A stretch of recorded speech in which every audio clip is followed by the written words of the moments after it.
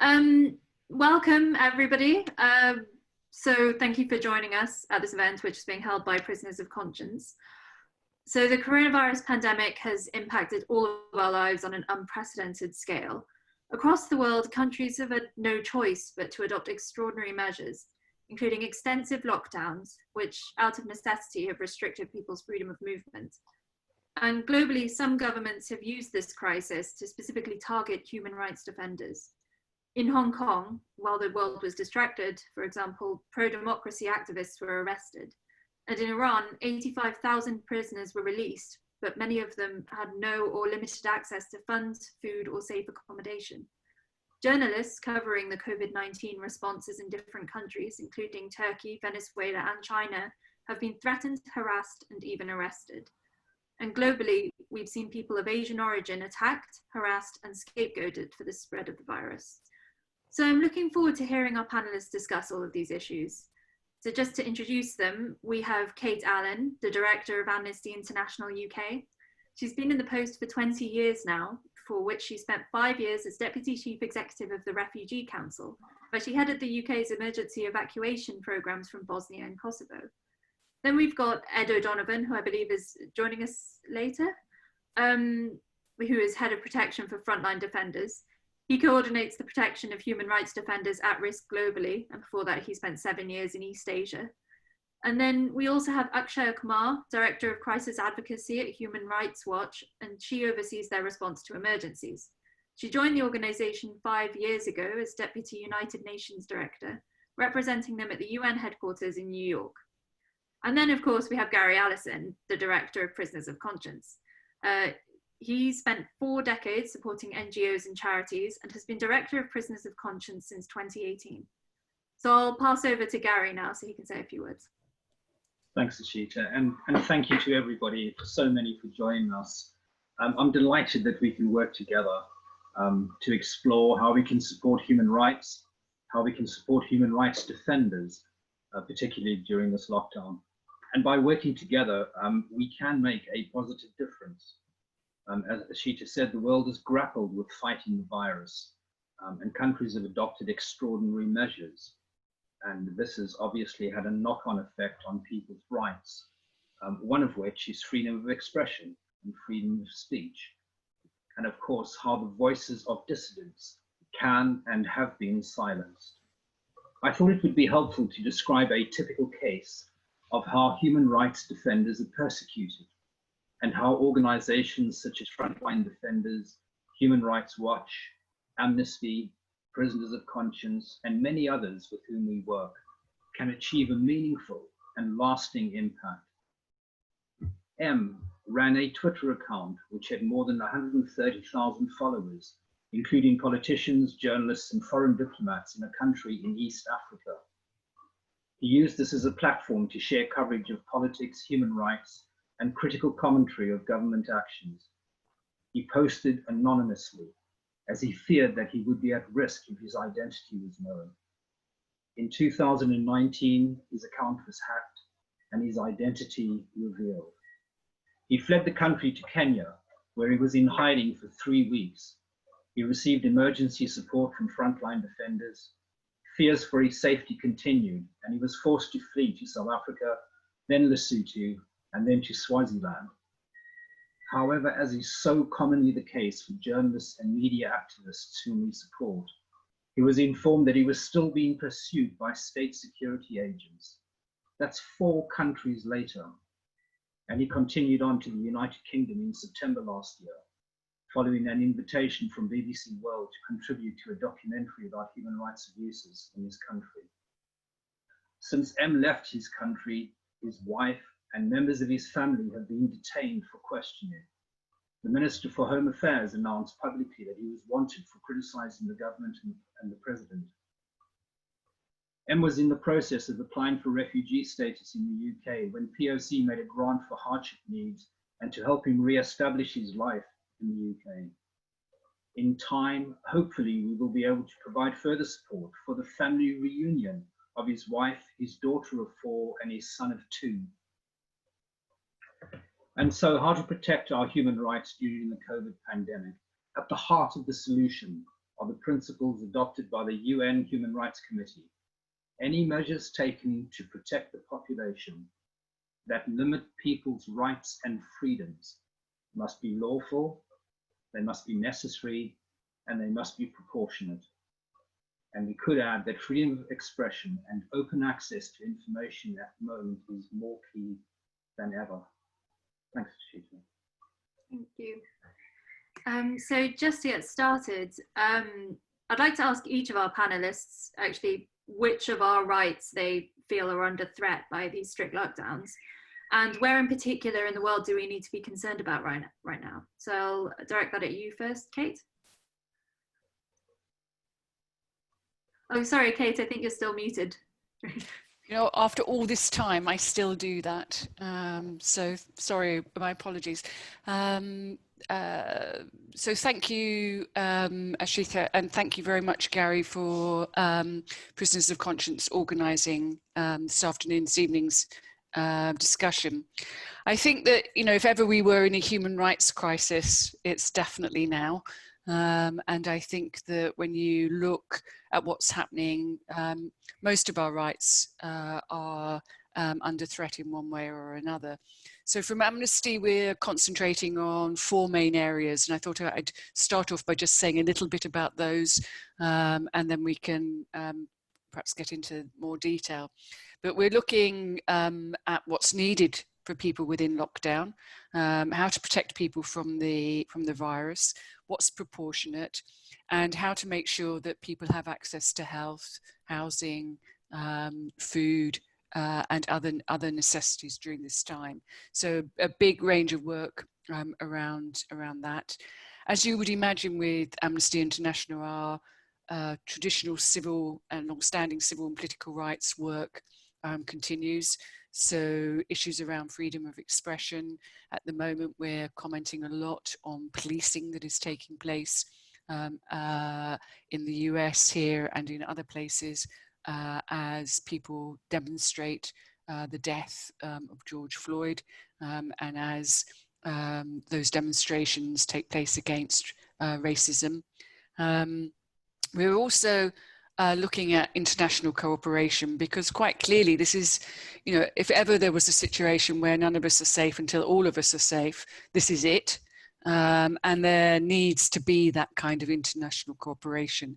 And that's about support for parts of the world that have least resources, parts of the world where the health systems are not strong enough or not effective enough, but also cooperation on vaccine development, and hopefully there will be such a vaccine, and then on making sure that it is available for everybody in the world. And then we're doing some thinking as Amnesty about what we'd like to see in the world after this. I mean, it's not, I don't think, you know, there's a lot of thinking and talking and discussion going on about, you know, not returning to the status quo before. You know, what do we want to change? What do we want to see differently?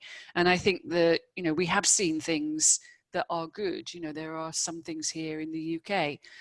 The fact that homeless people were homed, did have somewhere for shelter. You know, are we going to see people put back on the streets, or are we going to see something a bit different? And that can be in many different other areas of human rights across the world. And at the center of all of that, human rights defenders, the people that speak up, that make the rest of us know and hear what's happening, and how we protect those. So that's the approach that we're taking as Amnesty. There's a lot in there, and I look forward to the conversation. Thank you so much, Kate. Ed, I'll ask the same question of you. Which of our rights do you think are particularly under threat? And is there anywhere we need to be looking in particular? Yeah, thanks, Ashita. Given our focus of frontline defenders on human rights defenders, our biggest concern is the threat to fundamental right to defend human rights. As Kate and Gary have mentioned, human rights defenders are at heightened risk during this pandemic in every region of the world. And that goes from being for instance, rooted in one location now because of curfews and lockdowns, putting them at greater risk of physical attack and targeted killings. And unfortunately, we've seen that in the Americas, in Colombia, for instance. We've seen a spike in the number of human rights defenders being killed because they aren't able to carry out their security protocols as normal, because they're forced to stay in one location.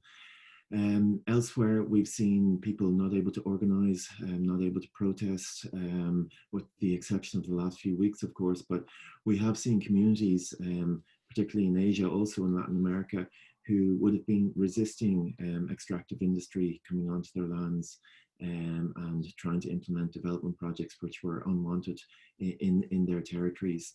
And yet a lot of these industries have been designated as essential businesses or essential services and permitted to carry out their activities despite the curfews and the lockdowns, which has meant that the communities which have been resisting these were in a much more difficult position, because they then were left without the normal resources and support that they would have had in non-curfew times. And again, we've seen that right across the world, unfortunately.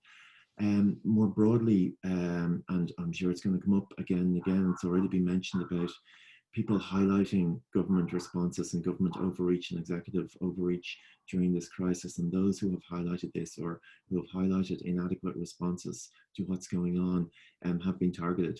It's gotten already quite a lot of coverage, but in nearly every country of the world, we've seen cases of people who have written on Facebook or on Twitter or have reported or blogged about corruption, say, in the supply chain, or the distribution of PPE in unfair, untransparent ways, or criticizing how a government has responded or treated a certain minority in their response. They have been arrested, they've been subjected to smear campaigns, they've been subjected to physical attack. So as I suppose as an overarching trend, touching on nearly every country of the world, this is one in particular which I'd probably like to highlight. Thanks so much, Ed. And Akshay, I know in your role overseeing crisis response at Human Rights Watch, you must have dealt with a lot of quite severe cases in the last few months. I was just wondering if you could tell us a bit about those. Yeah, absolutely. You know, we have been looking at this crisis from both perspectives. So we've been looking at cases of government overreach, something that Ed just mentioned, and that has to do with actions by state security forces in places like South Africa and the Philippines, where there have been abusive attempts to enforce quarantines and curfews. In the Philippines, people were actually put in cages intended for dogs. In South Africa, a man was killed outside his house by police who were allegedly enforcing a curfew. In Uganda, there were women who were humiliated and forced to strip, basically, in a sexual assault by policemen. So we're tracking these types of actions, but we're also tracking the ways in which government overreach is manifesting itself in the realm of privacy and information and tracking. And I know this is something that's very live in the UK right now, as you consider the app that the government would like to roll out that's based on Bluetooth technology to assist with contact tracing, and really thinking through what are the rights that we sacrifice when we would sign up for a system that would allow that type of information to be centralized, if it is going to be centralized and retained, and what are the benefits. And I think that what's become quite clear is if these apps don't have the protections needed for privacy, people aren't going to download them and use them. And so in some more authoritarian countries, there have been efforts to sort of make this download mandatory for people who are returning home, for people who want to get access to public assistance, and that's quite problematic. But in other societies, you're seeing that the apps are undermined themselves if they don't have adequate privacy protections. Another issue that we're watching for quite closely is the denialism of COVID, because especially in the early days of the crisis, this was a huge problem, but it continues to be an issue in places like Brazil and Burundi and the United States, where I'm speaking from, where senior officials of the government are putting out quack theories about how to combat COVID, or suggesting that it's not real, or that it only affects a certain population, for example, elderly people, and this undermines the broader public health approach. So we've been watching in some ways the actions of governments that are problematic, but I wanted to take a moment to also acknowledge that it's important to push governments to take rights-respecting steps as well. So this isn't all about checking government action, it's also about encouraging government action, especially to support the most vulnerable. There was an idea about building back better that's been proposed and popularized by the UN Secretary General, but it's something that we are reflecting on quite a bit at Human Rights Watch. How do we address the economic fallout for this crisis, especially for the most vulnerable and marginalized? If you think about day laborers, migrant workers, domestic workers, people without access to a public safety net, and can we build systems as we move back into reopening societies that protect them? And just a word on people who are even more at risk, and that's, I think, individuals who are living in detention facilities or jails. One thing that we've proactively been campaigning for, and we've seen quite a bit of success with, is releases of people from jails. Around the world, there have been releases, but not enough, especially not of prisoners of conscience, people who have been detained for their beliefs. And we've seen the opposite too. Some governments are rounding people up. And so I guess I'll close with that, thinking about the protest movements, which have become global now around the idea that Black Lives Matter and that we need to combat and dismantle systemic racism. Protests took place in 20 countries around the world, including and also every part of the United States. And we've seen abuses in that context. People are being detained in a way that could allow the spread of the virus. Law enforcement officials are not using adequate personal protective equipment themselves. And we want to underscore that actually there is a good public health reason that people are demonstrating as well, because systemic racism contributes to the broader public health dimensions that we're seeing around the world, that mean that people of color, people in lower economic circumstances are the ones who are disproportionately bearing the burden of this virus. And so that movement, I think, really echoes some of the other points that people have come to realize very viscerally as a result of their own experiences with COVID. So I would just close with that, which is that we see these protest movements as being an opportunity. I think there have been protest movements in 2019 in dozens of countries, asking for change in their own countries. And it will be interesting to watch Hong Kong, for example, as people there respond to the Chinese government's national security law and think through the dimensions of COVID-19 there, especially as they move to the next phase of reopening. Thank you. Thanks so much. And Gary, I mean, what are the particular concerns around prisoners of conscience then, from your work perspective? The short answer on which human right we're seeing most under threat, I come back again to freedom of expression, freedom of speech. In the last 5 years, we've seen a huge increase in the number of applications for prisoners of conscience who've been persecuted for that human right. 80% of them have to flee their country because they're in such danger. 20% of those probably end up in the United Kingdom in our experience.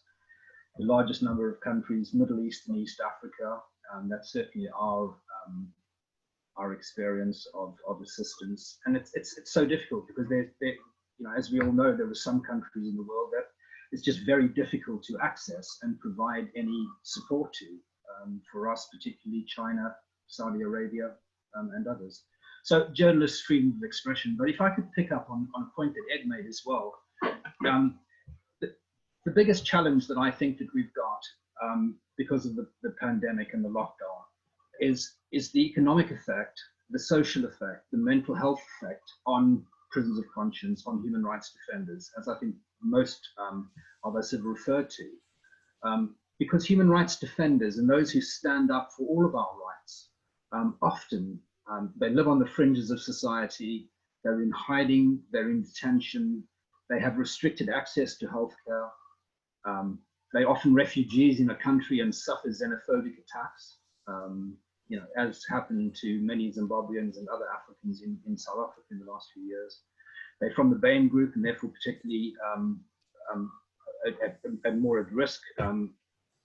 Mental health issues because of detention, torture, fear, and then separated from their families and social structure.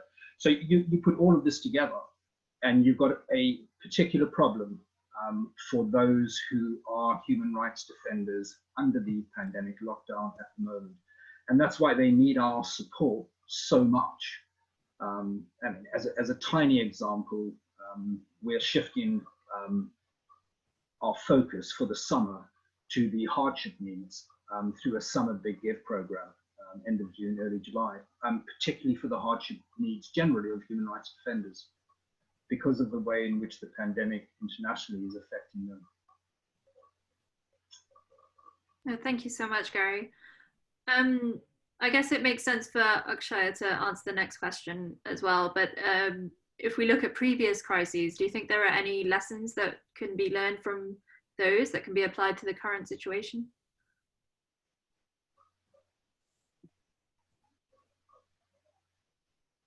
So I'll jump in there. I think that in some ways, the crisis we're experiencing with COVID-19 is quite unprecedented. And so I just want to take a moment to acknowledge that. This is one of the first times that we're really seeing people in countries around the world grappling with a very similar challenge, all happening at the same time. But what previous crises have shown us, if you think about the Ebola pandemic, or if you think about challenges with food insecurity, that there are some communities that are inevitably going to not face the same circumstance, which is the virus, in the same footing. And so refugees who are living in crowded camps, people in detention that I mentioned earlier, prisoners of conscience who are being kept away from their families in jails, and then people with disabilities, older people, children who are out of school, women who have extra care burdens in the home, who might face heightened risk of violence against women or gender-based violence because they're in the home in a context of a lockdown where it's difficult to access alternative social services. They're all not on the same footing as others. And so recognizing that reality and seeing in some ways how we can mobilize to respond to the differential needs to the same problem, I think is really the key. And then this idea that as we move to the next phase, let's not forget that the crisis could be unfolding in a very serious way in another part of the world. And so even in contexts where you have denialism, like the Burundian context, where the president was sort of asserting that COVID-19 wouldn't affect them all, he actually passed away. And many people believe that people in his inner circle were diagnosed with COVID-19. We don't know the cause of his own death, but that points to the ways that think about a country where they've taken very limited precautions because their own leadership was unwilling to engage with this. And this isn't the first time the human rights movement has been mobilized around concerns in Burundi, or that president's unwillingness to sort of grapple with external actors or their advice. Humanitarians have struggled to work in Burundi. The Commission of Inquiry authorized by the UN Human Rights Council was kicked out. And so that isolationism, I think, has put the Burundians at a very vulnerable position. And so I would think through that as well, how our own responses or our inabilities to really constrain some problematic authoritarian leaders, not just Nkurunziza, who passed away, but also Viktor Orban in Hungary and Duterte in the Philippines, now puts those communities, people living in those countries, at additional risk because of COVID-19. And the obvious question, of course, that's on many people's minds is China and the ways in which that governance system, which suppresses free expression, which goes after whistleblowers, and which prevented more open discussion and dialogue about the virus when it was originally infecting people in Wuhan, and how that system has really been a precursor to what we're all experiencing and seeing these past 3 months. Can I add to that, Ashita, if that's okay? I think too that, you know, we're in the whatever stage we're at of the pandemic, but I think that we're also all looking ahead to the inevitable recession or worse that is going to happen on a global scale. And we know that the way that governments responded to the banking crisis and the recession in 2008-9 left many people in dire circumstances. And I think, you know, we all have those huge fears about what is going to happen when economies crash. Who is going to be the worst affected? Are governments going to respond with austerity measures? Are the poor going to be hit even further? What is going to happen? So I think there's that need to be dealing with the here and now, but also just really aware of what is happening and what may happen longer term. And again, alongside that, you know, as Alicia said, it's also, you know, those governments that are taking advantage of the situation at the moment to, you know, do long-term damage to human rights. And I think, you know, we've talked about apps and other ways of collecting information and control. You know, we're very aware, you know, that when we lose these rights, it's very difficult to get them back. We've all seen what happened after 9/11 and the increased way in which security responses become the norm. They become normalized. So hanging on to our rights now and fighting for them now is absolutely essential, because when they're gone, it is so much harder to draw them back. Absolutely, thank you. I know in my work recently with the BBC, I've been looking a lot at how the coronavirus has been impacting ethnic minorities in the UK, and in particular, overcrowded housing, systemic racism and discrimination, and all of these things have played a part, as well as biological factors that come into play after you have the virus. And one of the main contentions has been around a recent report that was released by Public Health England, which it said didn't make any policy announcements and didn't really provide any guidance. So there's a sort of ongoing campaign from groups here to calling for an independent inquiry, and which has largely been sort of resisted or hasn't really been addressed directly. I was wondering if any of you have any insights into how we can encourage political leaders to speak out for these inquiries, these investigations, defending human rights defenders and speaking out against human rights abuses. I'm happy to go first, Rashida. I think we can. I think there are a number of steps that we can take. You know, if NGOs and other bodies can demonstrate the financial and the social benefits of human rights, you know, we can go a long way towards providing evidence, shifting focus, putting pressure on governments, and we can give governments good reason to support human rights and to take action against abuses. I think the public, we can show that we support human rights and that we want the government and other leaders to take action. You know, just simple public pressure. I think NGOs, other bodies could work yet closer together to create a more powerful and more unified movement to look at all of these issues and create permanent change in the long term. And you know, we have a UN report in April, which stresses you know, for all governments, for all organizations, that international human rights, humanitarian law, refugee law, and standards should be at the center of all COVID-19 responses by every government around the world. You know, and that sort of report encapsulates what needs to be done. But you know, this is a webinar of NGOs, human rights NGOs, and I think we can take positive steps together to put pressure, yet more pressure, on governments and help to garner public pressure as well, to put pressure not just on the UK government but internationally. Absolutely, and when we're talking about talking about public pressure, I guess I'll finish off before we take questions from listeners. What sort of action can the general public take to both protect their own rights and also support human rights defenders? Shall I start off on that one? So, Amnesty, obviously a membership organisation, and with members, supporters and activists around the world, about 8 million now. So, part of our work is absolutely to mobilise our members. You've talked, Ashita, about the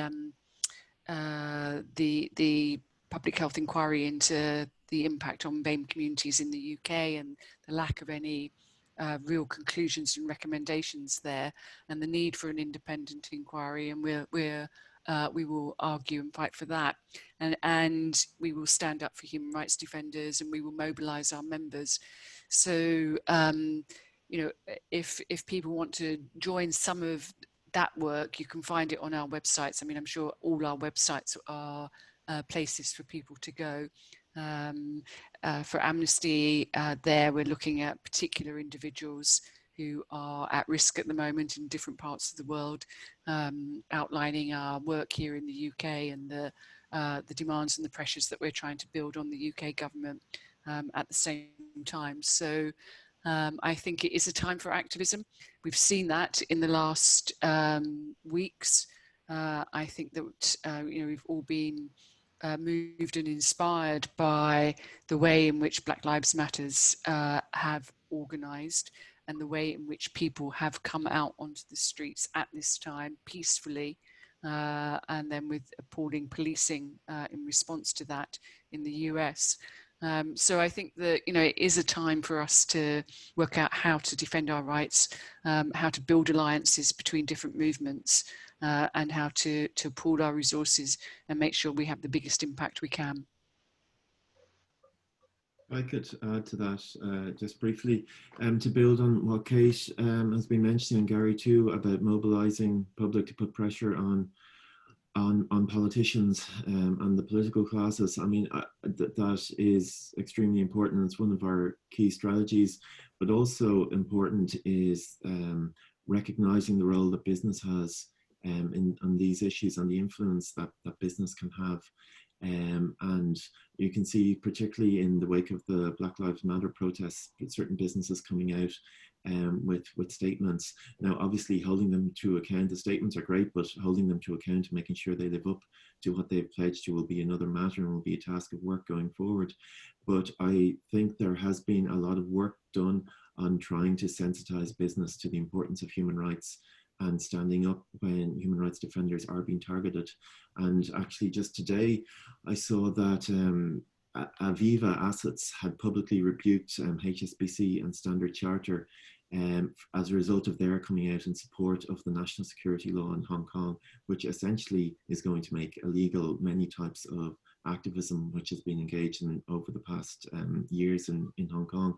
So I do think businesses are so reliant on public, and by mobilizing, by educating yourself, by raising awareness, and by choosing to take your business elsewhere, if necessary, can play a very important role in this also.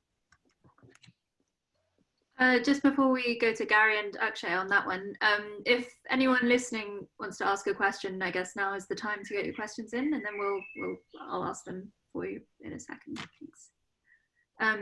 So Gary, what do you think that the public can do to help human rights defenders and help put pressure on politicians?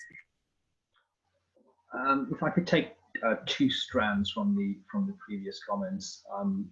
The first one is yet closer working across the whole human rights sector, across NGOs and right to put pressure on. So a very simple and straightforward answer is just more and more support for human rights NGOs, because the more support all of us receive, the stronger we will be, both now and in the long term. And the second strand is this real overlap between, for the future, post-pandemic, between human rights and economic rights. they're going to be so closely intertwined because of the economic damage that the pandemic will cause. And there's going to be a strong interlinking between one's human rights, one's economic rights, going both ways. And that ties into what Ed has just said, and that's the role of business. There's only so much in the world economy, if I could put it as broadly as that governments can do, because businesses are so increasingly powerful.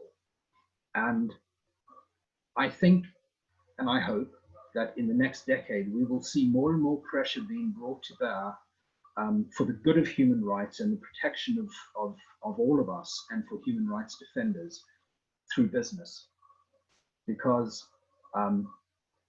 businesses, quite bluntly, might have the biggest clout in the years ahead, especially as the global economy has opened up more and more over the last few decades. So perhaps our shift should, to some extent, be not only looking at governments and public pressure, but to start working with, educating, and nurturing pressure from ethical corporates around the world in the advancement of human rights. That might be an angle that is very fruitful in the coming decades.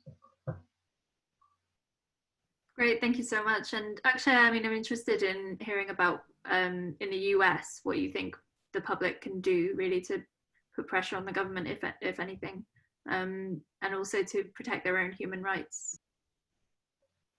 Yeah, absolutely. Well, we're seeing in the US, of course, a lot of public mobilization in the past few weeks around racial inequality and injustice. And this is quite interlinked to the pandemic because in the United States, people of color, especially Black people, have been dying disproportionately from the virus.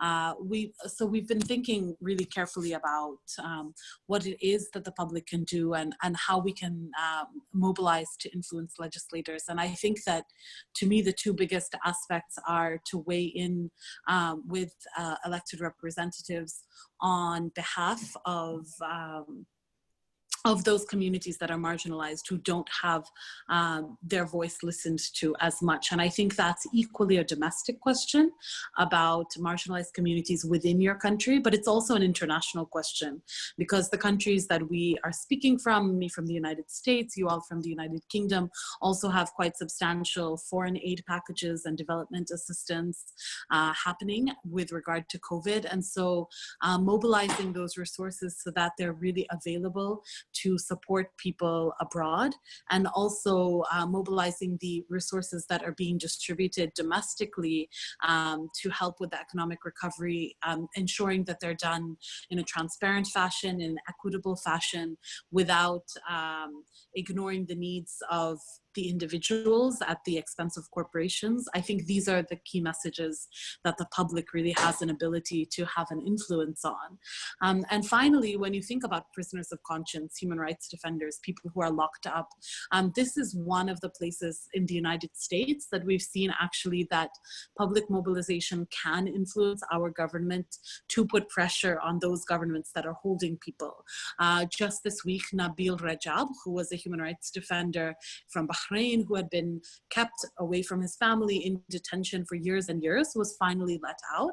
And that was, I think, in large part due to campaigning of people in the United Kingdom, in the United States, pressuring their government to in turn pressure the FCO and the US State Department to use their power and leverage with Bahrain, which is an ally, to change their behavior. And so I think that that aspect is still a very important ask, to keep your eyes on human rights defenders, people who are both at risk of COVID-19 in closed settings, need health assistance, or just remember that they're unjustly detained in the first place. That's something that is quite important. Great, thank you so much. So we've got some questions now from people listening in. So here's one from an anonymous questioner. How do you feel about the behaviour of the current UK government, particularly in relation to the speed at which the COVID-19 Act was moved through Parliament, because it was done in one day? Would anyone in particular like to take that one? Shall I start off on that one? Yeah. I think the thing that we were pleased to see with that legislation was that it has to be renewed after 6 months, and that wasn't originally there. And that was the result of many others, but including Amnesty, putting pressure on politicians to say you can't be having these kind of emergency, this kind of emergency legislation, which doesn't have an end. I mean, the emergency will hopefully end, and you must have legislation that needs to be renewed. So that was good. I think there have been many failings of the UK government, and there are many that we at Amnesty have with others again, have campaigned on, from protective equipment for medics and for care workers, the situation of domestic violence, drawing attention to that, but also very specifically within that, the position of migrant women who will be fearful, even more fearful to come forward because of the risk of being deemed illegal and potentially at some point in the future deported. So wanting to make sure that provision for those who need to flee from domestic violence extends to all women in that situation. Looking to issues around homelessness, around the app. There is a lot to be, there is a lot to make sure that we're aware of. It's a little, as I was saying earlier, there are things that we can push and make happen, and hopefully make them happen for the future too, in terms of homelessness, domestic violence, other areas. And then there are areas where we must be really cautious about what is happening. The app, the use of technology with it aligned with health information, other issues where we must really make sure that we're looking at what the government is proposing, ready to be critical, ready to mobilise, and ready to talk to politicians about our views on that. Brilliant, thank you. Gary or Ed or Akshay, do you have anything to add about the UK government response? I just have a thought about the law itself. One part that we noticed when the legislation was passed, and we were quite concerned, and I know many in the community of mental health activism were concerned about as well, was the ways in which the laws actually reduce the protections available for people with mental health conditions, and extend the power of the government to commit people to closed institutions. And this is something we've written about. This is something we've done advocacy with the government. And so as we come up to the 6-month review for these emergency measures, I think it's really the kind of question to be asking: do we need these extensive powers, or can we go back to respecting the human rights of people, even those with mental health conditions or disabilities? We've got another question I think is quite interesting. How do we balance the need to protest with the need to protect people against COVID-19? That's quite interesting, obviously, in light of the global movement, Black Lives Matter movement, and demonstrations in the wake of the death of George Floyd, but also the revival of protests in Hong Kong. So I was just wondering if any of you have thoughts on that. Gary or Ed?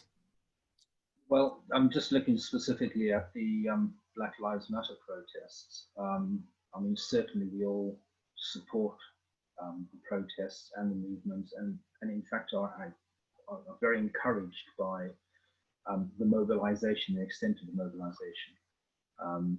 And I thought a particularly sensible recommendation was that many of the organizers of the protests called on the protesters to self-isolate for 2 weeks afterwards.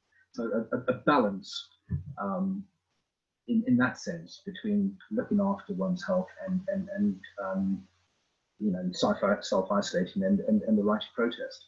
So, you know, in a small way, that seemed to me to strike the right balance. But I come back to those principles that I mentioned right at the start. That you know, when a government takes away any rights for good reason, the rights have to be proportionate, necessary, and legal. And if we bear those principles in mind in all things, and actively, as Kate said, examine what is going on and apply those principles, we won't go too far wrong. And just to add briefly to that, I mean, we've seen in the past 2 months what governments try to do when protests aren't able to happen. I mean, there's been something like 300 measures introduced in over 140 countries which affect civil liberties. And so governments have been using the opportunity where people weren't mobilizing to introduce things which they wouldn't have been able to get introduced had people been able to take to the streets. So I think in a way this can also be seen as a backlash to that, and just showing the necessity to, despite the times, to have some form of protest or some form of opposition which makes governments sit up and listen. Absolutely, thank you. This is another quite interesting one. How can human rights organizations fight denialism of COVID-19 when big tech companies suggest freedom of expression would be harmed by fact-checking statements or content posts?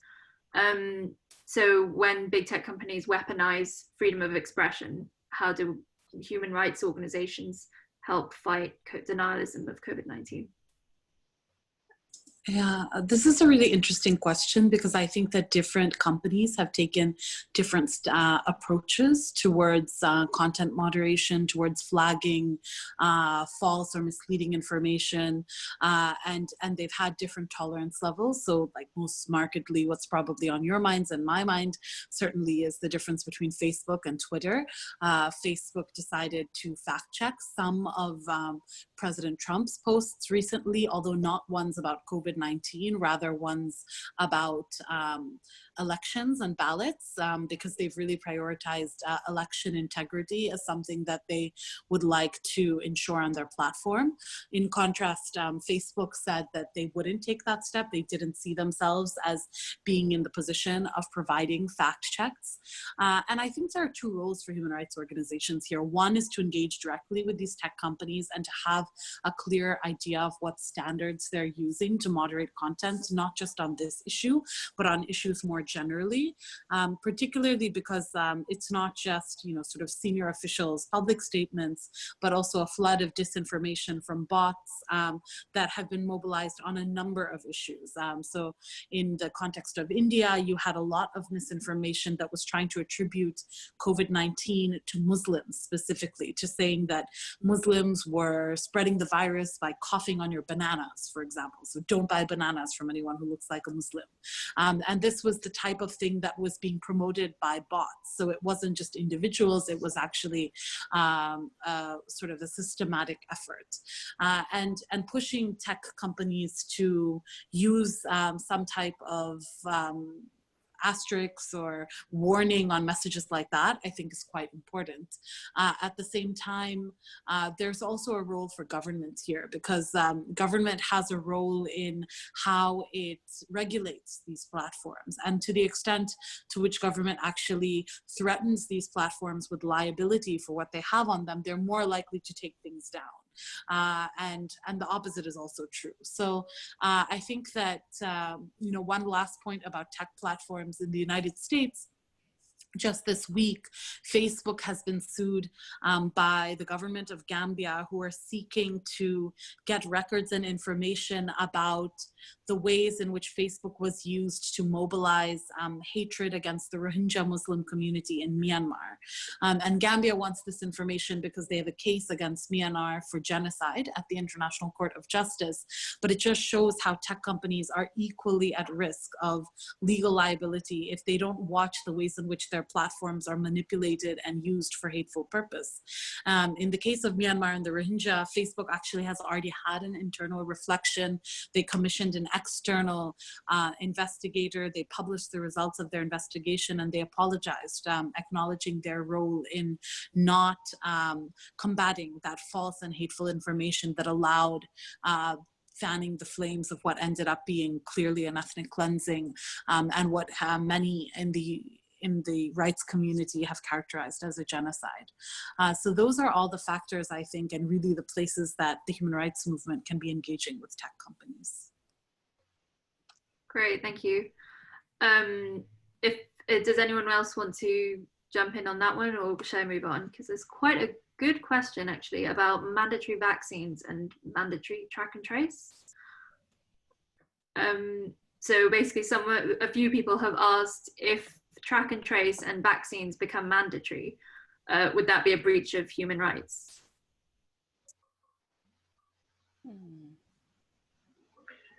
I'm happy to go first, but not provide a legal opinion on it, but to take a rights-based approach. And as long as track and trace and the like are rolled out with a very rigorous rights-based platform and approach behind it, it might well be deemed not to be a breach of human rights. And I mean that from a legal perspective.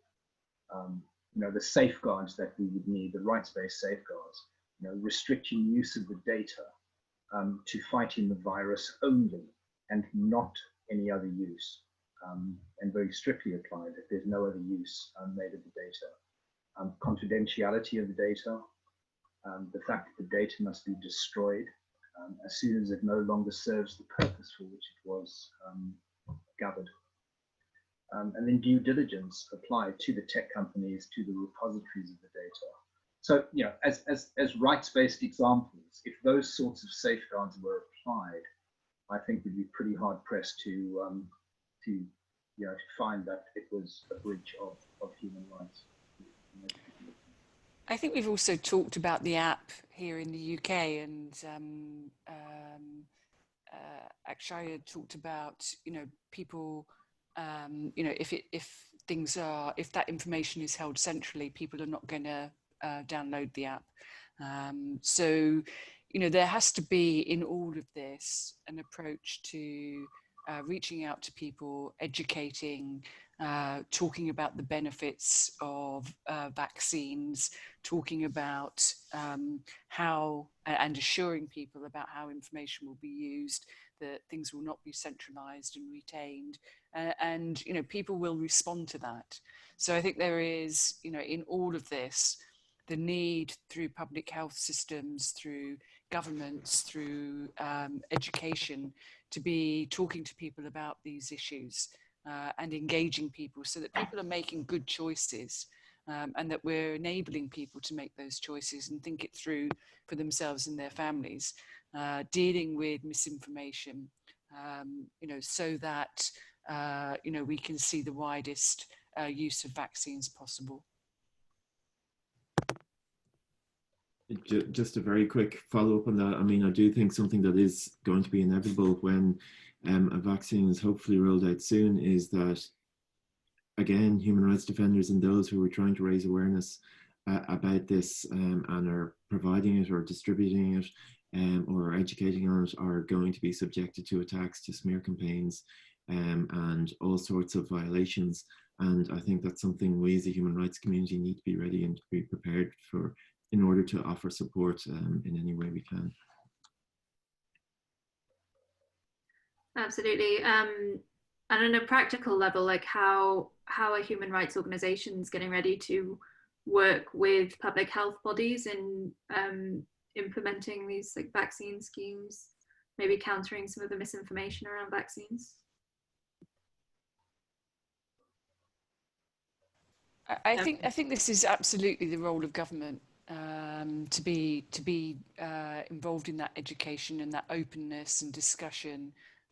I don't think it's the role of Amnesty or others to be talking about the effectiveness or otherwise of vaccines. I think we really need that open conversation from our government. We need the scientific community to advise. We need to have confidence in our politicians that they are actually taking good scientific advice and listening to it and educating us all. So, I mean, I think that is the role of governments at this time. Sure. I just wanted to add a thought vaccines, which is that, you know, the corollary to this question is ensuring that vaccines are available to all on an accessible basis. And there's going to be a lot of debate that occurs depending on how the vaccine is developed. For example, if it's developed by a private company that seeks to sell it for profit maximization, or if it's developed by one of the companies that have suggested that they will only sell it at cost, or if it's developed by the lab in the UK in Oxford, which has said that it would attempt to distribute the vaccine for free to those who need it the most and who are most vulnerable. There's been an effort at the World Health Assembly and also with the People's Vaccine Initiative to raise questions about how the vaccine is developed and make sure it's also available to people in lesser developed countries, because there's a risk that manufacturing will focus on the West originally. And so as much as safety is a concern, I think that there's also an aspect about accessibility when the vaccine is eventually available, but also thinking about responsible social distancing in the interim, and considering the fact that for some people, responsible social distancing is quite impossible because of the context that they live in, whether those are crowded refugee camps or informal settlements or slums. Great, thank you. And I think maybe one more question as we get to the end. So from Linda, how can children's rights be protected during this time? And are there any organizations that we should work with on this?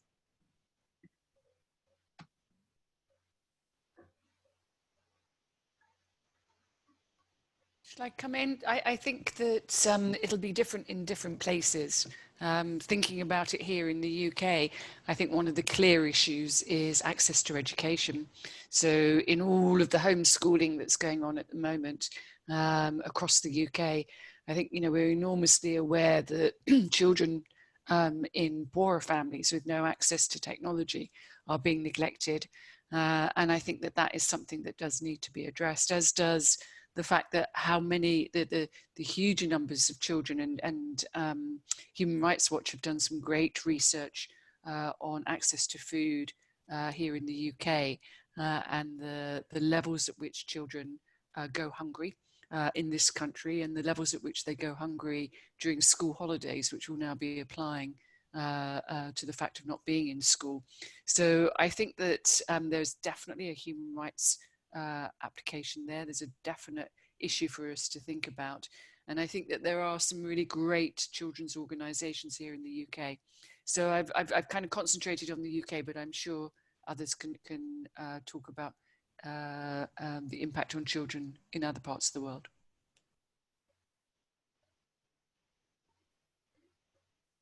I think what I'd add is that I mean, it's not an area we focus specifically on, but we have heard information from others around how children have also been impacted by the lockdowns. And obviously there's been a lot of focus on the increase in domestic violence in nearly every country in the world as a result of these lockdowns.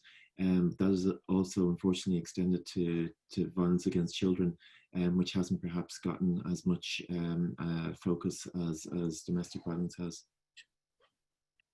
So just so as we close, I guess I'd like to finish off by asking each of you, what's the one thing you'd like to see happen next to help protect rights and those who defend them? So I guess we'll start with Gary. I think this is where the differences between our organisations are actually a strength. So speaking particularly from Prisons of Conscience, and from the United Nations report in April, this pandemic raises particular concerns for the marginalised and the most vulnerable in society, and marginalisation creates vulnerability. So we should bear in mind the vulnerability and the marginalisation of human rights defenders and the help that they need at this time. Thank you so much. Kate, would you like to go next? I think it's such an extraordinary time, and I think that term "unprecedented" is used again and again because it's right. But what strikes me about this time is that everybody has felt vulnerable. Obviously, this virus affects those who are more disadvantaged, people who are poorer. It's hitting BAME communities here in the UK. But everybody, it has made everybody think. And I think that that is really something to build on. I think that the fact that everybody to one degree or another has felt vulnerable, has worried about their loved ones, has thought about what is happening, is something for us to build on as we try to create a world that is more rights respecting as we move forward. It seems to me that we've never been in that kind of position before. And there's something about creating a vision of a world that does respect everybody's rights, that does understand that if any of us are vulnerable, all of us are vulnerable. And what do we need to do about that? What are the practical things? And when we have seen governments, you know, who for decades have ignored homelessness or ignored other issues, and then almost overnight have been able to resource and support people, we've got to make sure that that continues. So I think there's something about the way that we're all thinking and that we build on that and don't slip back to the previous ways of being. Absolutely. Akshay, do you want to go next? Yeah, I absolutely agree with what previous panelists have said. And so I just wanted to make maybe a complementary point, which is that I think that this moment is a really unique moment because we have a chance for solidarity. And so thinking about the ways in which our advocacy and our discussions of rights look beyond ourselves or our families to others in our communities is really important.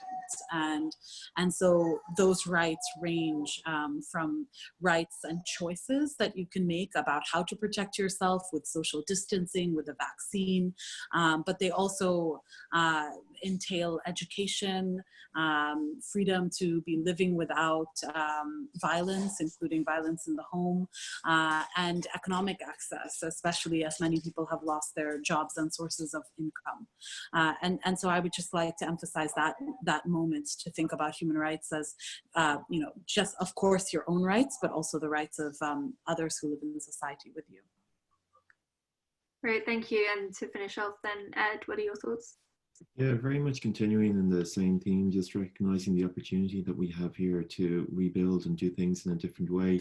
And I suppose a concrete example is there's already been concerns expressed in a number of countries that environmental safeguards are going to be lifted as a way to kickstart economies once this pandemic passes, which is inevitably going to put Indigenous communities at risk, environmental and land rights defenders at risk again. And it just seems that we'd be going 4 or 5 steps backwards for some short-term gain, which is going to invite longer-term misery on large swathes of communities. So I suppose I would be hopeful, maybe optimistic, if not all that realistic, about the chances of us being able to develop a more sustainable and equitable model trying to come out of this pandemic. Great, thank you. Sheeta, before you finish, could I just pick up on something that I can see is coming through on the questions, just for Yeah, of course. Just to reiterate on the question of the vaccine and tracing now. I think we all agree that informed consent, which is the basis of the legal position, needs to be at the center of people's choices to actually take the vaccine if one is produced. So no confusion on that. And I think the points raised by those on the, you know, those who've attended are absolutely valid. Informed consent is at the heart of the position and the choice of us all. Thank you. Great, thank you so much. Yeah, and thank you so much all for taking part. It's been really fascinating. And what's really clear is that there are just so many elements to human rights both under lockdown and once lockdown is lifted and we move on from the coronavirus crisis. How do we protect our rights and the rights of others going forward and make sure we don't regress, as Ed was just saying as well. So it's been really illuminating. So thank you all so much for taking part. And thank you to everybody who's been watching and listening. I hope it's been useful. Thank you. Thank you.